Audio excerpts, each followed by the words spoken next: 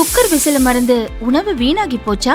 இனி அந்த கவலையே வேண்டாம். வழங்குகிறோம் உலகின் முதல் விசில் கவுண்டர் குக்கர், புதிய அல்ட்ரா குரோனோ. அல்ட்ரா என்றால் ஆரோக்கியம். தமிழ்நாட்டில் காவிரி டெல்டாவில் இந்த ஆண்டு குறுவை சாகுபடி தண்ணீர் இல்லாததால் சாகுபடி செய்ய முடியாத நிலை ஏற்பட்டிருக்கிறது. மேட்டூர் அணை திறக்கப்படவில்லை. 80 அடிக்கு கீழே தண்ணீர் வறண்டு வருகிறது. இதனால் வரும் சம்பா பருவத்திற்கும் சாகுபடி செய்ய முடியுமா என்கிற கேள்வி எழுந்துள்ளது. ஒட்டுமொத்த விவசாயிகளும் விவசாய தொழிலாளர்களும் வேலை இழந்துள்ளார்கள்.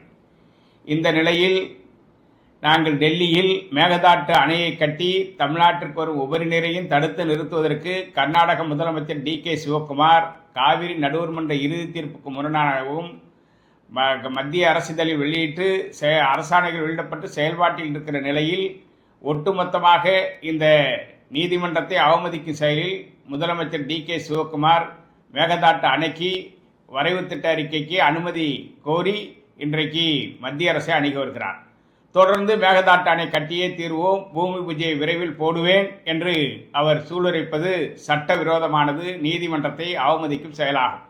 எனவே இந்த நிலையில் மத்திய அரசின் நீர்வள ஆணைய தலைவர் அனுபம் பிரசாத் அவர்களையும் மேகதாட்டு அணைக்கு மத்திய அரசின் பொறுப்பாக நியமிக்கப்பட்டிருக்கிற யோகேஷ் பாட்டன்கர் அவர்களையும் சந்தித்து கடந்த 2 தினங்களுக்கு முன்னதாக டெல்லியில் 45 நிமிடம் கலந்துரையாடினோம். அந்த நேரத்தில் அங்கே பேசுகிற போது எந்த விதத்திலும் காவிரி நடுவர்மன்ற இறுதி தீர்ப்புக்கு முரணாக மத்திய அரசு அனுமதி வழங்கக்கூடாது, அரசிதழில் வெளியிட்டு உச்சநீதிமன்றமும் அங்கீகரித்த நிலையில் அதில் வெளியிடக்கூடாது, ஏற்கனவே வழக்கில் உச்சநீதிமன்றம் 15 ஆண்டுகளுக்கு காவிரி தீர்ப்பில் எந்தவித மாற்றமும் செய்ய முடியாது என்பதை அவர்கள் உறுதிபட தெரிவித்துள்ளார்கள். இந்த நிலையில் கர்நாடக முதலமைச்சர் DK சிவகுமாரின் சட்டவிரோத நடவடிக்கைக்கு மத்திய அரசு துணை போய்விடக்கூடாது, அப்படி மேகதாட்டு அணை கட்டினால் தமிழ்நாடு பேரழிவை சந்திக்கும், எனவே சட்டத்திற்கு உட்பட்டு காவிரி மேலாண்மை ஆணையம் ஏற்கனவே வரைவு திட்ட அறிக்கையை திருப்பி அனுப்பியிருக்கிறது. ஏற்கனவே பசவராஜ் பொம்மை மத்திய நீர்வள ஆணையத்திடம் அளித்த போது எங்களுக்கு அதிகாரம் இல்லை, எனவே நீங்கள் ஆணையத்தை அணுகுங்கள் என்று உங்களுக்கு கொடுக்கப்பட்ட வரைவு திட்ட அறிக்கையும் ஆணையத்துக்கு அனுப்பி வைத்தீர்கள். இந்த நிலையில் ஆணையம் திருப்பி அனுப்பியிருக்கிற போது அதனை நீங்கள் இருப்பி கிடப்பில் வைத்திருப்பது சர்ச்சையை உருவாக்குகிறது. இரு மாநில உறவுகளும் சீர்கெடும் நிலை ஏற்பட்டுள்ளது என்பதை எழுத்துப்பூர்வமாக ஆதாரத்தோடு விரிவாக எடுத்துரைத்தோம்.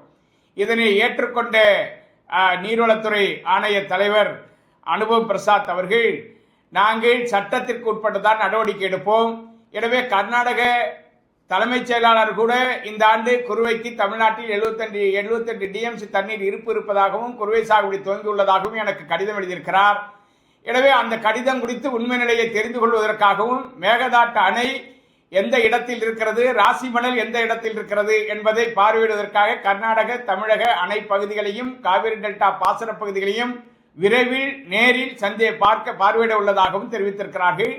அப்போது காவிரி மேலாண்மை ஆணைய தலைவர் ஹல்தாரும் உடன் வர இருக்கிறார்.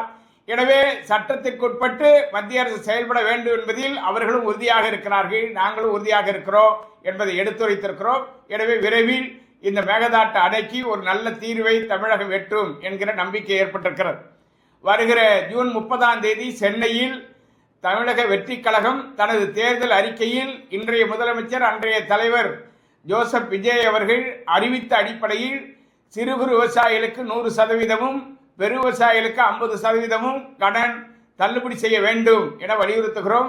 நெல் குவிண்டால் ஒன்றுக்கு 3500 ரூபாய் விலை கொடுத்து கொள்முதல் செய்யப்படும் என்று அறிவித்திருக்கிறார்கள். வருகிற செப்டம்பர் 1 முதல் புதிய விலையில் கொள்முதல் செய்ய வேண்டும் என 3500 ரூபாய் விலை நிர்ணயம் செய்து கொள்முதல் செய்ய வேண்டும் என வலியுறுத்துகிறோம்.